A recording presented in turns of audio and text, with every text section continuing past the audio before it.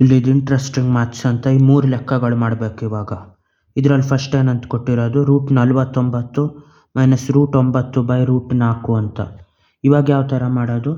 49 ಏನಂತ ಬರಿಬೋದು, 7 7 49 ಅಂತ ಬರಿಬೋದು, 7 ಸ್ಕ್ವೇರ್ ಅಂತ ಬರಿಬೋದು. ಹಂಗಾಗಿ ಇದೇ ಥರ √9ನ 9 ಏನಂತ ಬರಿಬೋದು, ಇದು 3 ಟೈಮ್ಸ್ ಆಫ್ 3 ಸ್ಕ್ವೇರ್ ಅಂತ ಬರಿಬೋದು. ಅದೇ ಥರ 4ನ 2 2 4 2 ಸ್ಕ್ವೇರ್ ಅಂತ ಬರಿಬೋದು. ಇಲ್ಲಿ ಟೋಟಲ್ ಆಗಿ ಇದನ್ನು √7 square minus √3 square divided by √2 square ಅಂತ ಬರಿಬೋದು. ಸ್ಕ್ವೇರ್ ರೂಟ್ ಹೋಯ್ತದೆ, ಇಲ್ಲಿ ಸ್ಕ್ವೇರ್ ರೂಟ್ ಕ್ಯಾನ್ಸಲ್ ಆಯ್ತದೆ, ಇಲ್ಲಿ ಸ್ಕ್ವೇರ್ ರೂಟ್ ಕ್ಯಾನ್ಸಲ್ ಆಗಿ 7 ಮೈನಸ್ 3 ಡಿವೈಡೆಡ್ ಬೈ 2 ಅಂತ ಆಯ್ತದೆ.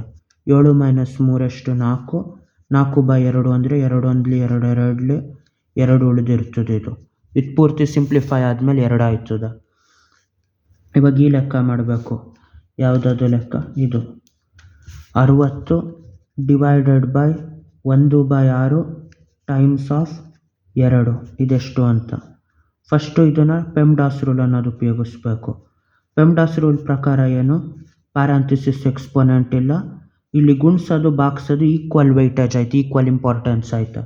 ಹಂಗಾದಾಗ ಎಡಗಡೆಯಿಂದ ಬಲಗಡೆ ಮಾಡಬೇಕು. ಫಸ್ಟ್ ಈ ಪಾರ್ಟ್ ಮಾಡ್ಕೋಬೇಕು. 60 ಡಿವೈಡೆಡ್ ಬೈ 1/6 ಅಂತ. ಅದೆಷ್ಟಾಯ್ತದೆ? 60 ಡಿವೈಡೆಡ್ ಬೈ 1/6 ಟೈಮ್ಸ್ ಆಫ್ 2 ಅಂತ. ಇವಾಗ 60 ಡಿವೈಡೆಡ್ ಬೈ 1/6 ಅಂದರೆ ಡಿನಾಮಿನೇಟ್ರ್ ಇರೋದು ಮೇಲ್ಗಡೆ ನ್ಯೂಮರೇಟ್ರಿಗೆ ಹೋಗಿರ್ತದೆ. ಅವಾಗ ಏನಾಗಿರ್ತದೆ? ಇದು 60 ಟೈಮ್ಸ್ ಆಫ್ 6 ಟೈಮ್ಸ್ ಆಫ್ 2 ಅಂತ ಆಗಿರ್ತದೆ. ಇವಾಗ ಈ ಪಾರ್ಟ್ ಮಾಡಬೇಕು ಫಸ್ಟು ಎಡಗಡೆಯಿಂದ ಬಲಗಡೆ ಅಂದರೆ 66 6 36 360 ಟೈಮ್ಸ್ ಆಫ್ 2 36 2 72 720 ಆಯ್ತದೆ. ಅದು ಇದು ಸಿಂಪ್ಲಿಫೈ ಮಾಡಿದಾಗ ಬರೋದು 60 ಡಿವೈಡೆಡ್ ಬೈ 1/6 ಟೈಮ್ಸ್ ಆಫ್ 2 ಅನ್ನೋದು. ಇವಾಗ ಇದನ್ನು ಮಾಡಬೇಕು. 2 square minus of minus 2 square ಅಂತ. ಮೈನಸ್ ಆಫ್ ಮೈನಸ್ ಆದಾಗ ಏನಾಯ್ತದೆ? ಪ್ಲಸ್ ಆಯ್ತದೆ. ಇದು 2 ಸ್ಕ್ವೇರ್ ಪ್ಲಸ್ 2 ಸ್ಕ್ವೇರ್ ಅಂತ ಆಯ್ತದೆ. 2 ಸ್ಕ್ವೇರ್ ಅಂದರೆ ಎಷ್ಟು? 2 2 4. ಹಂಗಾಗಿ ಇದು 4 ಪ್ಲಸ್ 4 ಆಗಿರ್ತದೆ. 4 ಪ್ಲಸ್ 4 ಅಂದರೆ 8. ಇದು ಟೋಟಲ್ ಆಗಿ 8 ಅಂತ ಆಯ್ತದೆ. 2 square minus of minus 2 square. Bye.